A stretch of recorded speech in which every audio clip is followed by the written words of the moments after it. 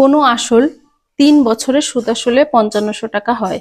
সুদ আসলের 8-এর 3 অংশ হলে সুদের হার কত?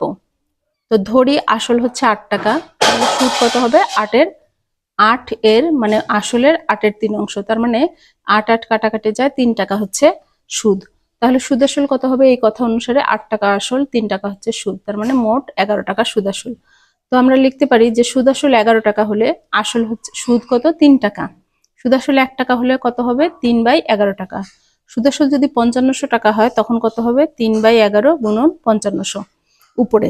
তো কাটাকাটি করলে কত হয়? 1500 টাকা। তাহলে আসল কত? 5500 মাইনাস 1500 সমান হচ্ছে 4000 টাকা আসল। তাহলে সুদের হার কত? সুদের হার আর সমান হচ্ছে, আমরা জানি সুদ গুণন 100 বাই আসল গুণন সময়, তার পাশে পার্সেন্টেজ। তাহলে সমান, এটা যদি আমরা মান বসিয়ে দেই তাহলে কত হবে? 1500 হচ্ছে সুদ, 100 সূত্রের 100, 4000 হচ্ছে আসল, 3 বছর হচ্ছে সময়। কাটাকাটি করলে হয় 12.5%, অর্থাৎ 12.5% হবে সুদের হার।